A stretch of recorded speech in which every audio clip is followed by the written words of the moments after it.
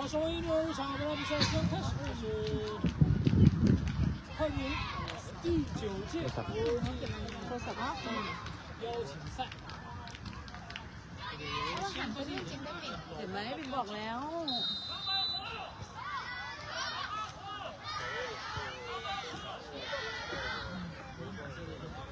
สวัสดีท่านผู้ชมอีกทีหนึ่งเนาะ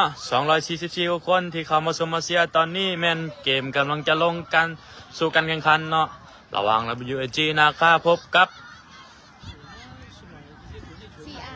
ซีอานเนาะโอ้ผู้ภาคนี่แอดมิน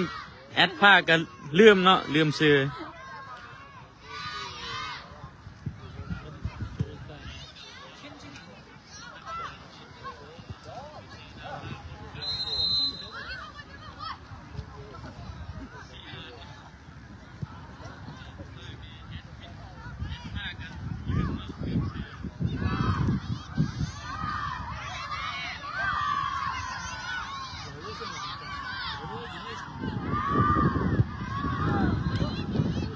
ซึ่งนำทัพโดยกัปตันทีมน้องอนุสักวิรกุลเนาะหรือว่าน้องเบลเกตนั่นเองสายยาวก็คือแมชชีลาวเนาะถือว่าแมชชีลาวนี่แข่งมาอยู่ที่2นัดหรือว่าทีม WAG เฮาแข่งมาอยู่ที่2นัดนัดแรกแมนชนะอยู่ที่5-0เห็นบ่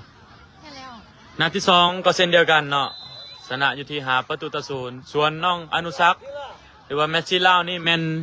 ยิงไปแล้วอยู่ที่5ประตู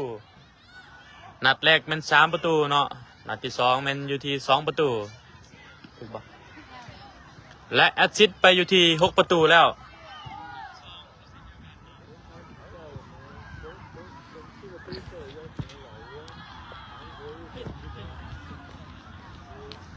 สวัสดีท่านผู้ชมอีกทีหนึ่งเนาะ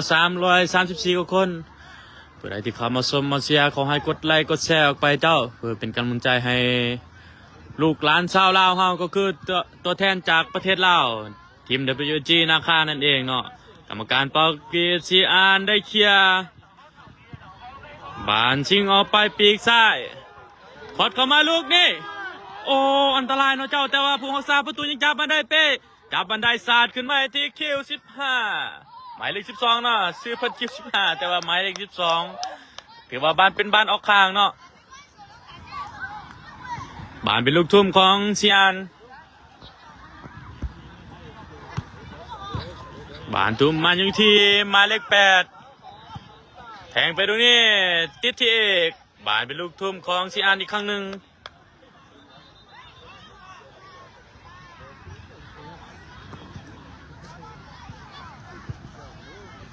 มั่วเลย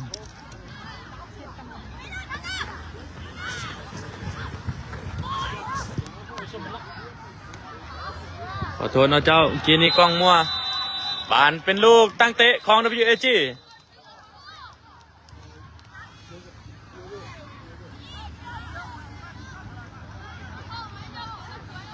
สวัสดีท่านผู้ชมผู้ใดที่เข้ามาชมมาเชียร์ขอให้กดแชร์ออกไปนะเจ้าเพื่อเป็นกำลังใจให้น้องๆใน WAG บานยังที่เสือน้อยให้ไปที่แฟงโยกมาให้ที่คิวหมายเลข12นี่กรรมการว่าโอ้เป็นบานออฟไซด์เนาะหรือว่าเป็นบานล้ำนานั่นเองบานเป็นลูกล้ำนาจากลูกตั้งเตะจากลูกล้ำนาเนาะ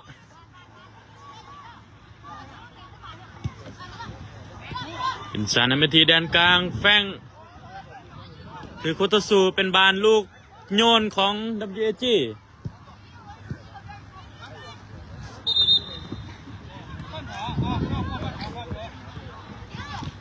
บานไปที่แฟงขึ้นไปที่เอกเปลี่ยนไปอยู่ที่ตะวันเปลี่ยนแกนไปที่คิว5ขึ้นมาที่แฟงลูกนี่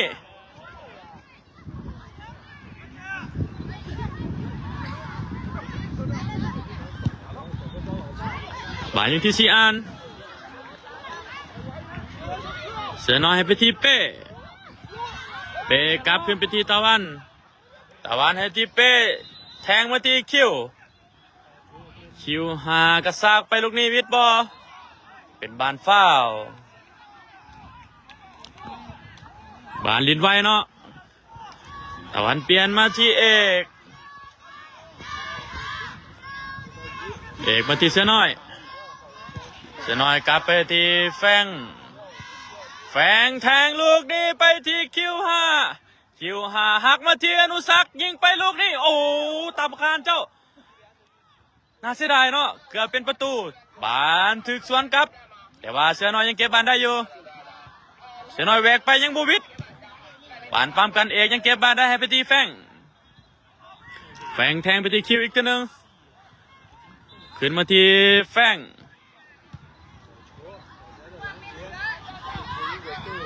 บานยังเก็บบานได้อยู่ที่เอกหายมาที่คิวหมายเลข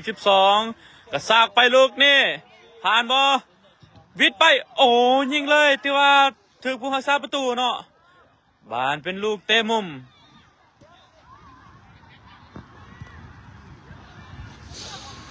มาเบิ่งกันว่า WG จะสามารถยิงประตูขึ้นนำได้บอ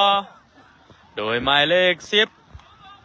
10น้องอนุสักเนาะเป็นคนที่จะเปิดมุมอนุสักเปิดเข้าไปลูกนี่คิวโอ้สวยงามเนาะถือว่าขึ้นโล่งๆคนเดียวเลย WG ได้ประตูขึ้นนำโดยหมายเลข12คิวแอสซิดโดยหมายเลข10เนาะWG ขึ้นนำไปแล้วขึ้นนำชินานไปแล้วอยู่ที่1-0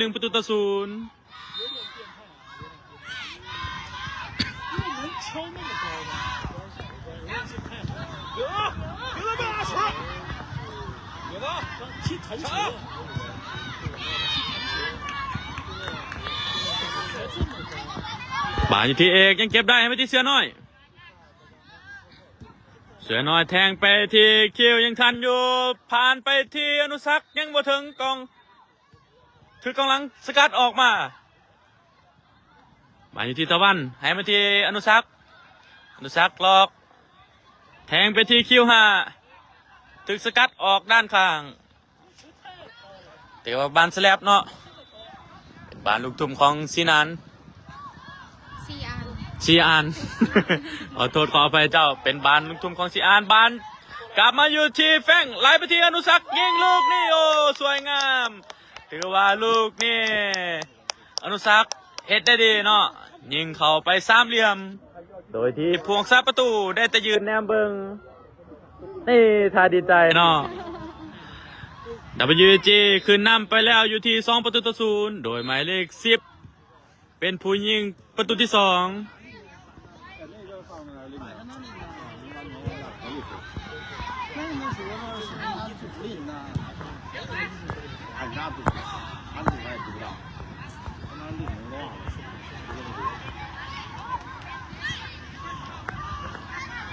บานยิงที่เอก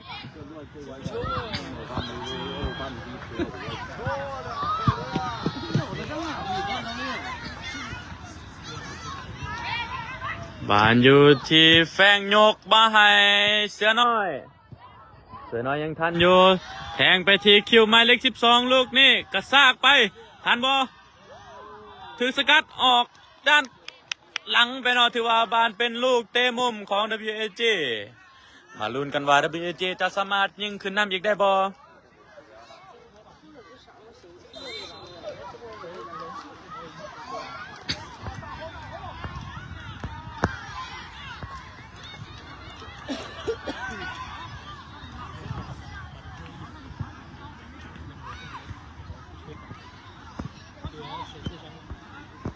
โดยหมายเลข10น้องอนุสักเนาะเป็นคนเปิดประตูลูกนี้มีผู้เล่นของทางซีอานเนาะได้รับอาการบาดเจ็บหน่อยหนึ่งกรรมการเป่าบีดให้ลินต่อเบลเกตเปิดไปลูกนี่เข้าหัวแฟงโอ้ออกหลังไปเนาะบานเป็นลูกตั้งเตะขึ้นของซีอาน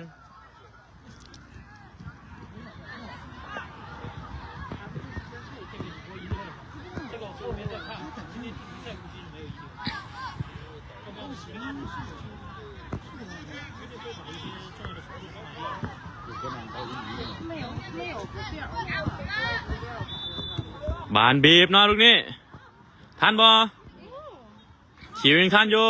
ขึ้นมาที่แฟงกรรมการว่าเป็นบานออฟไซด์หรือว่าบานล้ำหน้าเนาะ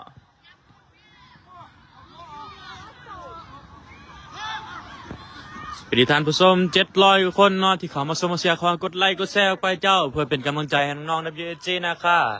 ตัวแทนหนึ่งเดียวจากสปป.ลาวนั่นเองที่มาแข่งที่ถึกเชิญมาป้องกันแชมป์อยู่ที่สปป.จีนเนาะเป็นขันวันชาติของสปป.จีนนั่นเองบานอยู่ที่เขียวโยนมาให้ที่เสือน้อยลูกนี้ถึงบ่เสือน้อยยังได้อยู่โอ้จับบานถึกสกัดออกโดยกองหลังเนาะถือว่าบานเป็นลูกเต็มมุมอีกเทื่อหนึ่งของ WAG โดยหมายเลข10น้องอนุสักเบลเฮ็ดดูมาลุ้นกันว่าจะได้ประตูอีกบ่น้องอนุสักโยนขึ้นไปลูกนี่โอ้ถึกแฟงเตะออกข้ามข้านไปอีกเนาะ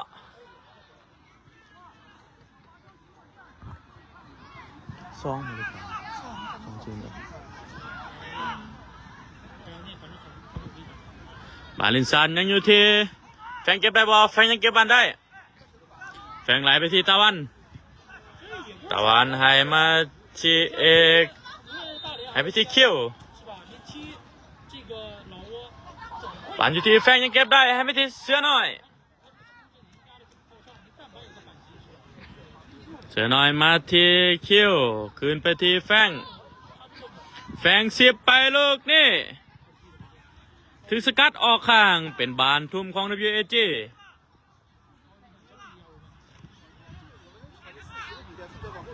คิวทุ่มไปที่อนุสัก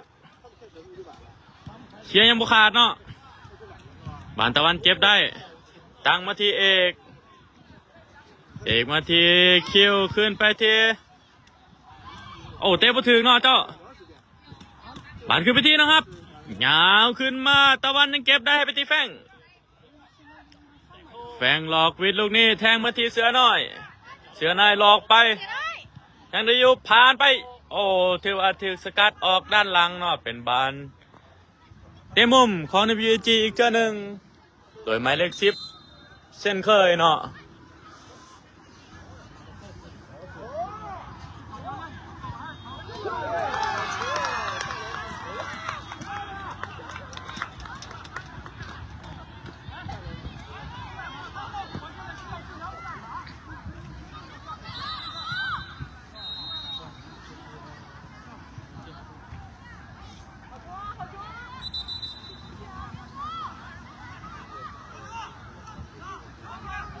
สวัสดีท่านผู้ชมเนาะ750 กว่าคนเนาะที่เข้ามาชมมาเชียร์คอยกดไลค์กดแชร์ไปเจ้าเพื่อเป็นกำลังใจให้น้องใน WAG นะคะอีกเจ้าหนึ่งเนาะ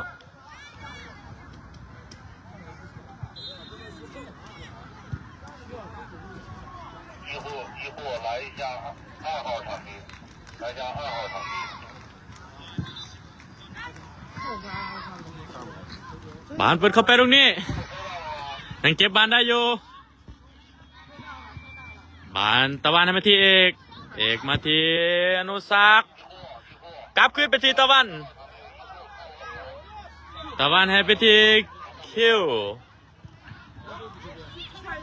ตะวันแนวเบิงอนุสักลูกนี้เปิดมายังบูวิดกองหลังเนาะถือว่าถึกสกัดออกข้างเป็นบานลูกโยนของ WAG โดยเสือน้อยโยนให้ไปที่เอกเปลี่ยนให้ไปที่ตะวันไปที่คิว5ขึ้นมาที่แฟงแต่WAGยังคล้องบานอยู่ตะวันโยนยาวขึ้นมาตรงนี้ยังบ่ผ่านเนาะเอาคิวยังเก็บมาได้คิวโยกขึ้นมาลูกนี้อนุสักจะถึงบ่ถึงเนาะถือผู้รักษาประตูจับได้ยังไงได้ลิ้นไว้เนาะลิ้นซานออกไปที่ปีกซ้ายบานยังที่เก็บได้เสือน้อยยังทันอยู่คืนมาที่คิวไหลไปที่อนุสักโจกบาทหนึ่งเราอีกบาทหนึ่งยังโบวิด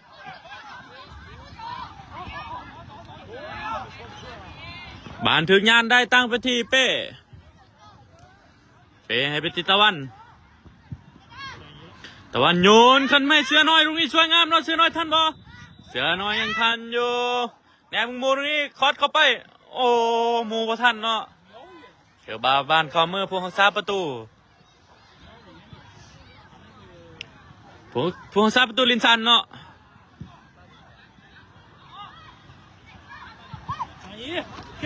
โอ้บานลูกนี่ลุดขึ้นไปที่ปีกขวาหมายเลข16ของเซียนยังเสือน้อยยังสกัดบานได้ให้ไม่ที่แฟงเก็บบานได้ลูกนี่ให้ไปที่คิวหา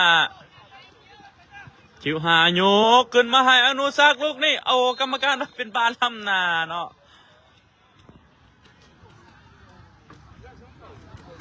มันจริงๆบ่ล่ะถือว่าเป็นบานล้ำนาเนาะเจ้าบานลินซัน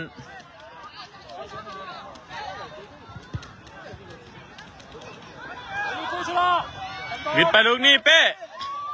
ออกมาตัดบานได้ถือกุตุสูยิงไปลูกนี่โอ้เป็นประตูถือว่าถือยิงขึ้นตีไข่แตกมาอยู่ที่1-2เนาะ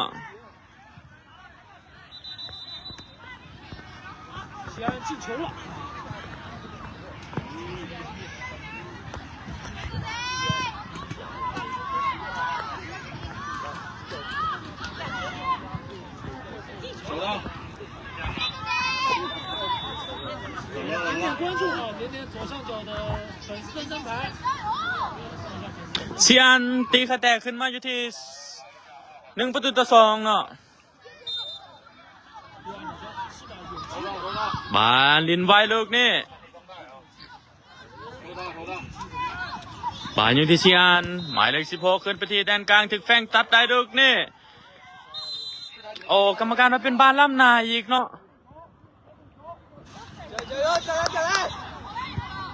บานชีอานลินชันเนาะแทงไปกรรมการเป่าจบเวลาเครื่องทำอิฐ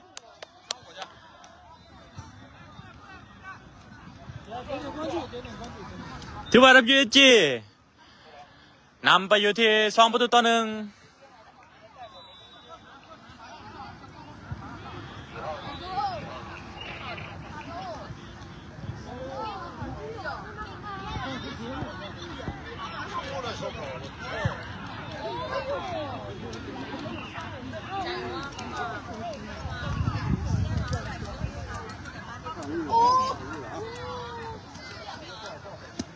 สวัสดีท่านผู้ชมอีกเทื่อนึงเนาะ823คนเนาะที่เข้ามาชมมาเชียร์ขอกดไลค์กดแชร์ออกไปเจ้าเพื่อเป็นกำลังใจให้น้องๆ WG นาคานั่นเอง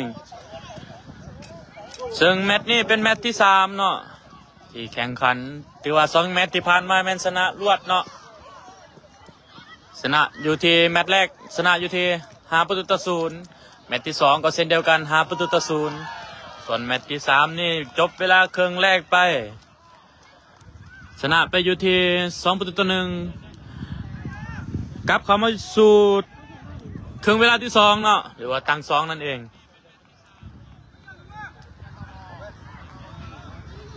กรรมการเป่าวีดเป็นบานเชียร์ของทาง WG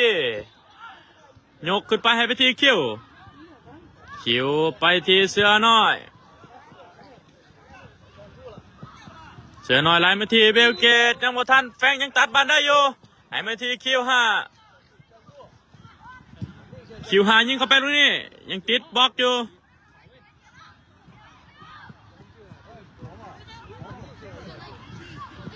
บานเข้ามือผู้รักษาประตูเนาะ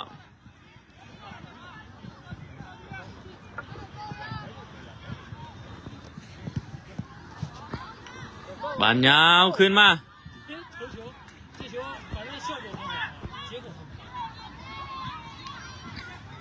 ถึกสกัดออกด้านข้างเป็นบานทุ่มของทางเซียน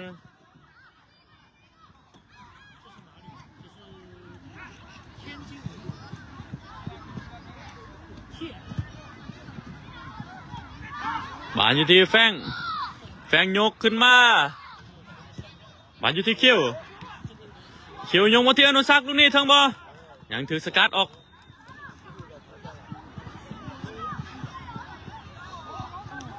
บานยิงลินต่อไปที่ปีกขวาลูกนี่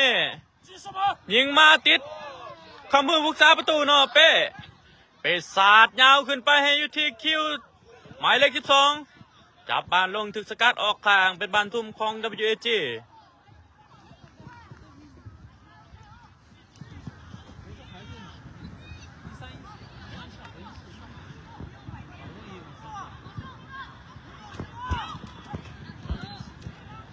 บานอยู่ที่ตะวันกลับขึ้นไปที่เอกไปที่แฟงเปลี่ยนมาที่เสือน้อยบานอยู่ที่เอกอีกทีหนึ่งบานอยู่ที่เสือน้อยมาที่ตะวันแนมเบิงมูลูกนี้ยกไปที่แฟงถึงบานถึงแฟงเนาะแฟงโยกมาให้ที่คิวซับลูกนี้โอ้ที่ว่าออกข้างไปลายเติมเนาะบานเป็นลูกตั้งเตะของเซียน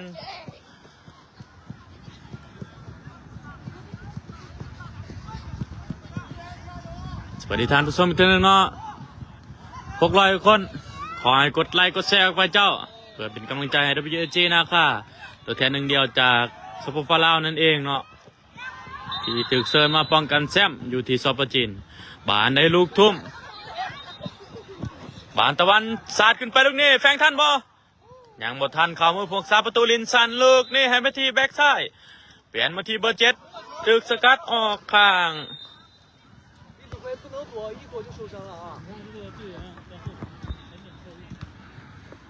บานลินไว้อยู่ที่เอกแฝงยกไปให้ที่คิวหมายเลข12ตัวไปรีพามให้อนุสักยังมาถึง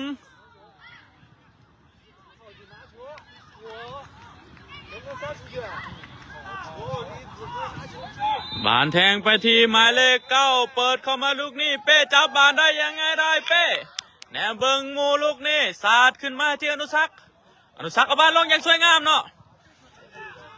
จะให้มูยังบูวิดบานอนุสักยังนำดินไปได้อยู่ไปที่เสือน้อย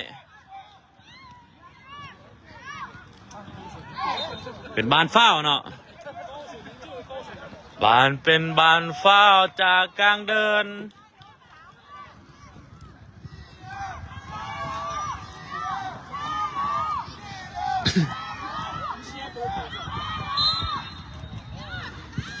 โยนขึ้นไปตรงนี้เทือก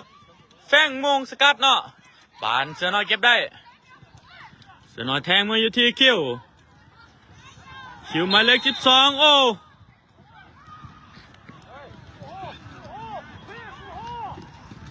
กรรมการมาเป็นบานฝ้าวเนาะ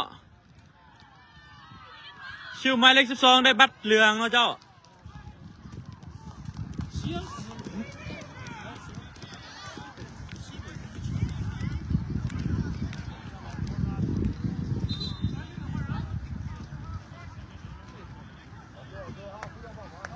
สวัสดีท่านผู้ชมอีกทีหนึ่งเนาะ728ทุกคน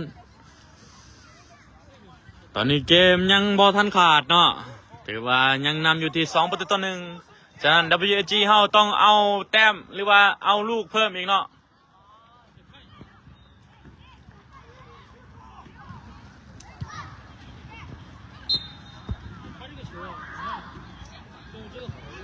บานชีอานลินซันมาที่แฟงเก็บได้ลูกเซียนให้มาที่เอกยังได้อยู่ดีดมาให้ที่คิวกระซากไปลูกนี่พามาที่อนุสัก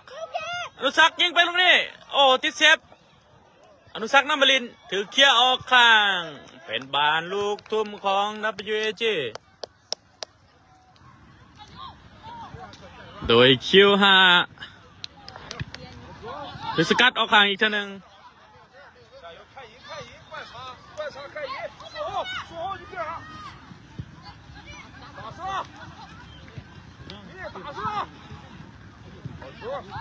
บานได้ลูกทุ่มอีกตัวหนึ่ง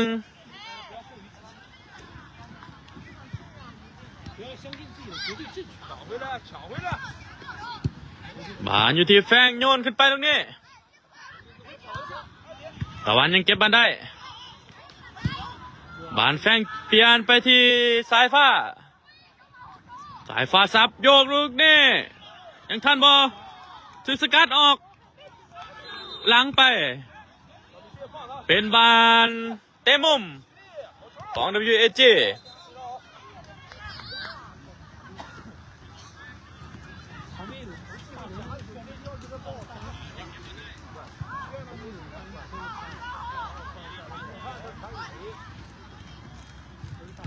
ชีอานมีการเปลี่ยนตัวผู้เล่นเนาะโดยเอาหมายเลข20เข้ามาเบิ่งกันบ่า WAG เฮาจะสามารถยิงประตูขึ้นนำอีกได้บ่โดยหมายเลข10น้องอนุสักษ์เปิดเข้ามาลูกนี้บ้านเขาหัวแฟงตรงนี้โอ้น่าเสียดายเนาะถือว่าบ้านเป็นลูกตั้งเตะขึ้นของทางชีอาน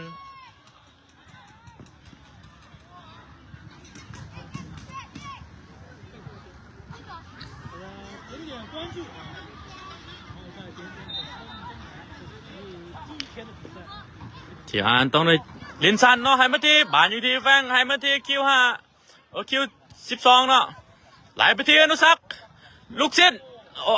สายฟ้าถึกสกัดออกด้านข้างเนาะเจ้า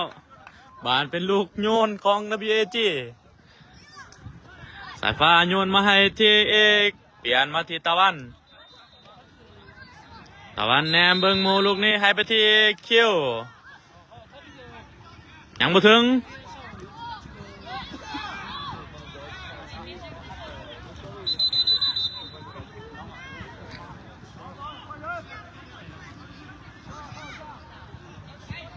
บานไปที่สายฟ้าลูกนี้ท่านบอถึงสกัดออกด้านหลังเนาะโอ้กรรมการว่าสแลบเป็นบานลูกตั้งเตะขึ้น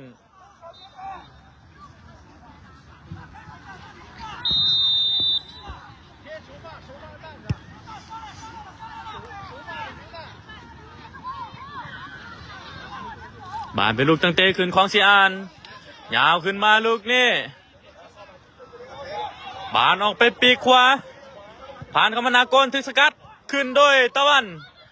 บานคิว10หมายเลข12ยังได้อยู่ขี่ไปลูกนี่ผ่านไปที่อนุสักษ์ยิงโอ้น่าเสียดายนะเจ้าถือว่าออกหลังไป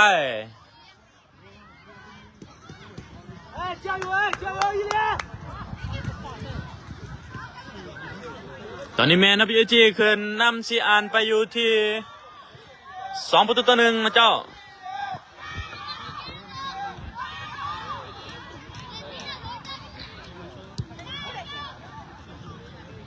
บานซีอานยังเก็บบานได้แทงไปลูกนี่เป้ยังหับบานได้อยู่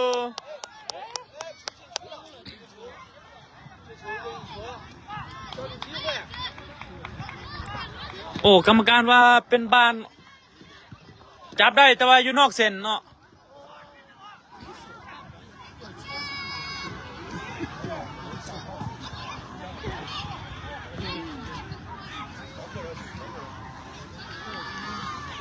มาลุ้นกันว่า WAG เฮาจะสามารถป้องกันประตูตีเสมอได้บ่เพราะว่าถ้าซีอานยิงเข้าลูกนี้มันเป็นประตูเสมอ2-2เนาะยกเข้ามาลูกนี้เป้จับบานได้เป้ให้มาที่อนุสักษ์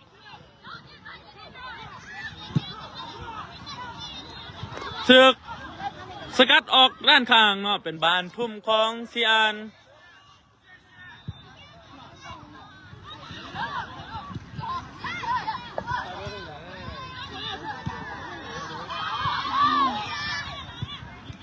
เปลี่ยนไปที่ปีกขวาลูกนี่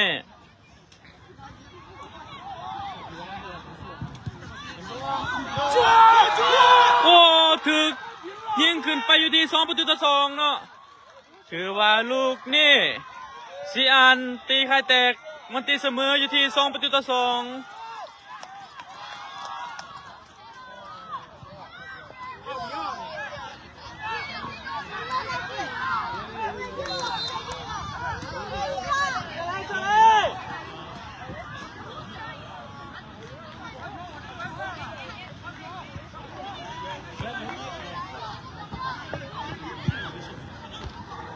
อ นุสักยิงไปตรงนี้เข้ามือพวกซาประตู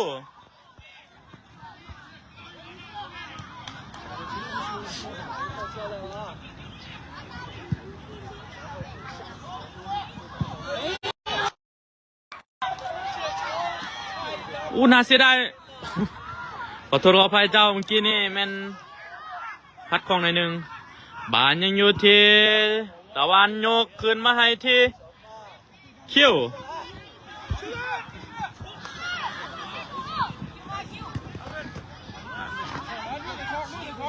เป็นบานออกข้างเนาะ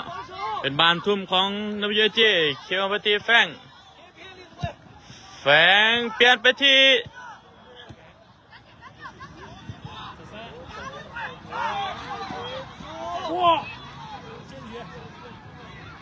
บางเอาลูกนี้เป็นบานออกข้างเนาะ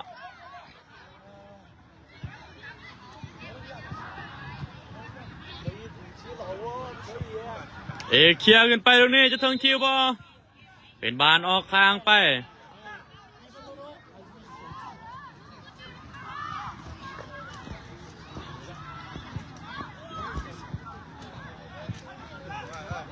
บานตรงนี้จะทุ่มไกลเนาะคิวโยนขึ้นมาอยู่ที่อนุสักยังเก็บได้บอตะวันไหลไปที่คิว5ถึงสกัดออกด้านข้างเนาะเป็นบานทุ่มของ WAG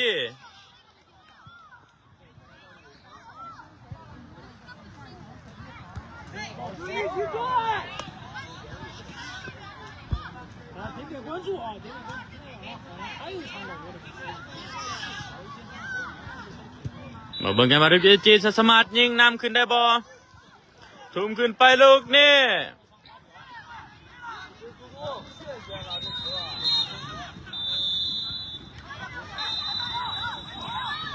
บานเป็นลูกฟรีคิกจาก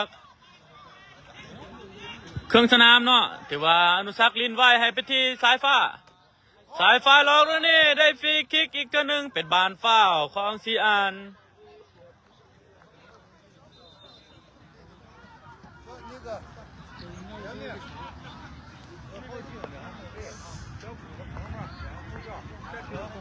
ไม่เหลืองเขาเจ้าเอง แม่นไหม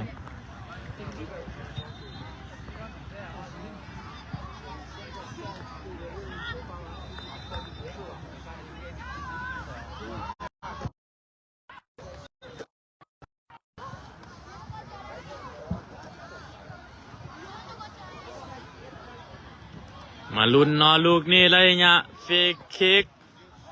ถือว่าใกล้พอสมควรเนาะได้จากด้านซ้ายฟรีคิกโดยหมายเลข10น้องอนุสักจะสามารถยิงเข่าได้บอลูกนี้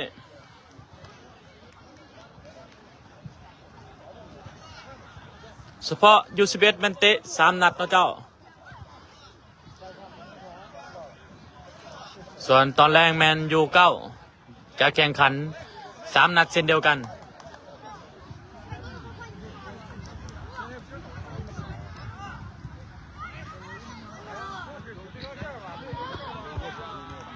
มาจับตาเบิ่งว่าน้องอนุสักหรือว่าเมสซี่เนาะสายงานเมสซี่ลาวนั่นเองจะสามารถยิงฟรีคิกขึ้นนำได้บ่โอ้ติดบล็อกเนาะถือว่าติดกำแพงเนาะลูกนี้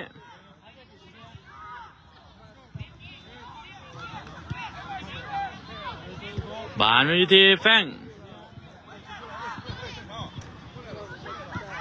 มาอยู่ที่ตะวันโยกขึ้นไปที่คิวยังบ่ถึง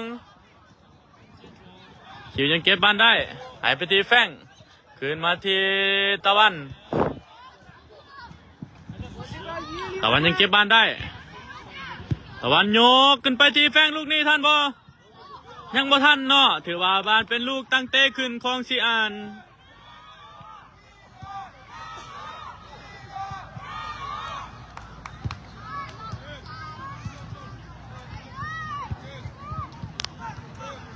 เวลาจ่อเข้ามาแล้วเนาะสำหรับตั้ง2นั้นมาลุ้นกันว่า WAG เฮาจะสามารถ ชนะได้บอลในแมตช์นี้บานอยู่ที่แฟงแทงมาที่อนุสักดีดไปที่แฟงอีกตัวหนึ่งดีดมาที่อนุสักลูกนี้ทันบออนุสักยังทัน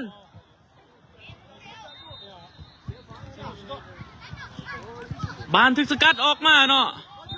โอ้กรรมการเป่าจบเวลาเนาะถือว่าเสมอไปอยู่ที่2-2ระหว่าง WAG เสมอกับซีอานเนาะ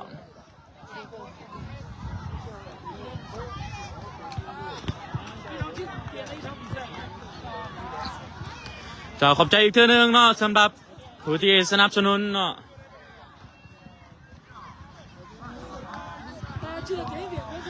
สำหรับเจ้าของห้านทาดดำเนาะคือทานวันสมวิริวงศ์เนาะที่เพิ่นจะสนับสนุนน้องๆใน BAG นะค่ะถ้าว่าชนะหรือว่าเป็นแชมป์นั่นเองเนาะอยู่ที่เป็นเงินจำนวนอยู่ที่ 10,000 เนาะดอลลาร์แต่ถ้าว่าได้ห้องแชมป์ก็จะยังจะสนับสนุนอยู่ที่ 5,000 ดอลลาร์เนาะขอบใจหลายๆเจ้าแล้วก็ขอบใจอีกเทื่อนึงสำหรับทานเจ้าของและทานห้องเจ้าของเนาะและภาครัฐต่างๆทุกภาคส่วนเนาะที่สปอร์ตเรื่องเอกสารต่างๆแล้วก็ขอบใจเดินล้านช่างที่อำนวยความสะดวกให้ในการฝึกแอบขอบใจเสื้อผ้าไมเว่ที่สนับสนุนเสื้อผ้าให้มาแข่งขันเนาะแล้วก็ขอบใจแฟนบ้านทุกท่านเนาะที่เป็นกำลังใจให้น้องๆใน BAG นะค่ะตัวแทนหนึ่งเดียวจากประเทศลาวเนาะที่มาแข่งขันอยู่ที่สปจีนั่นเองและขอบใจอีกคนหนึ่งก็คือขอบใจทานเวียงไซบิลกุลเนาะเป็นประธานสโมสรของ WAG นะค่ะที่เพิ่น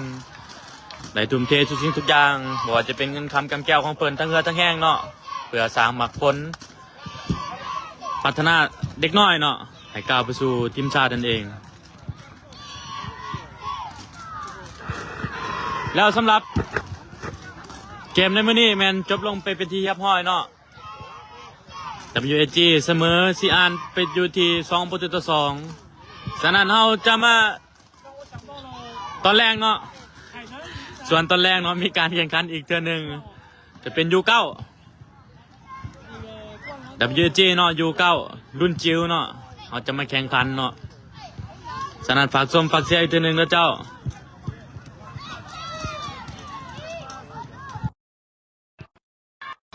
ฉะนั้นอย่าลืมเนาะ